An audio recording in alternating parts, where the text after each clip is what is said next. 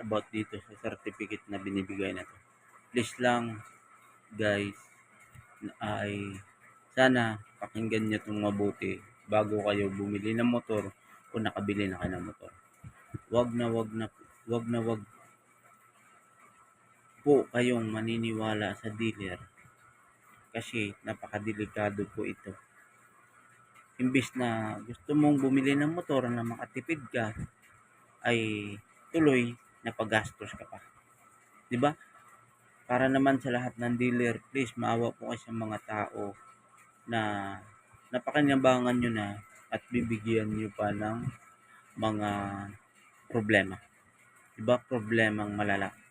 Kasi imbis na nahihirapan na nga sa pang-down at siyempre di natin maiwasan may mga tao na kaya nga kumuha ng motor para makatipid at nahirapan din niya na kumuha sa pang-down, panggastos araw-araw. 'Di ba? Idadagdagan pa natin. Please lang, wag na po kayo. Magsabi po kayo ng totoo. Kung sino man po yung mga naging customer nyo, sabihin nyo yung totoo o para saan talaga to. Please lang, kung maaari, kayo mag-list ng ganito na certificate na to. 'Di ba? Yung certificate na to, wag na po kayo mag-release kasi nakakaawa po yung iba na walang kaalam-alam at kamuwang-muwang sa batas ng LTO. Una sa lahat, hindi po ito galing sa LTO, galing po sa dealer. At wala pong batas na nagpapatupad na allowed to kapag na-checkpoint ka.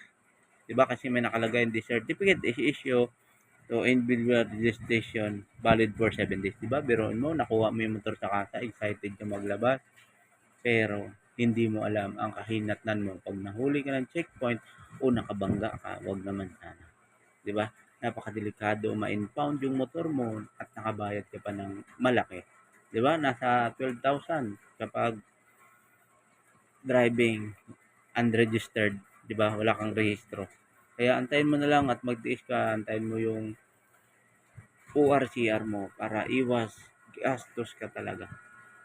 At para naman sana sa mga taong medyo excited, tigilan nyo na muna. Tiis lang muna, stay nyo yung motor sa bahay at magdala kayo ng driver pag pumuntang kasa o ipahatid nyo sa inyo. 'Di ba? Baka pwedeng ipahatid na lang sa inyo at para iwas magastos. Magastos talaga kapag nahuli ka. 'Di ba? Bis na yung pinang-down natin sa motor is panghiram lang, inadadagdagan pa lalo tayong magkakalugmok sa utang. 'Di ba? Masukan yung mga bumili ng kasa na nakismaya kasi hindi mo alam yung batas. Bumili ka lang basta-basta ng motor is naniwala ka rin sa nabilhan mo at hindi naman napaliwanag na maayos. Napagastos ka patuloy ng malaki.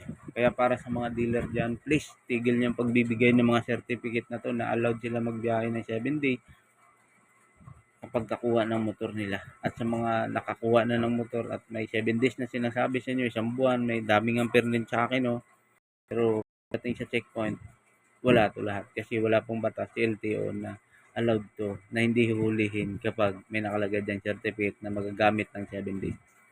Ayun lang, please lang po, huwag na po natin patagdagin yung gastos, itigil niya natin itong mga ganito na binibigay natin sa mga tao at sa mga hindi pa alam ang mga batas. Yes, manood mo na kayo sa mga, magbasa-basa din po kayo ng mga batas ng LTO.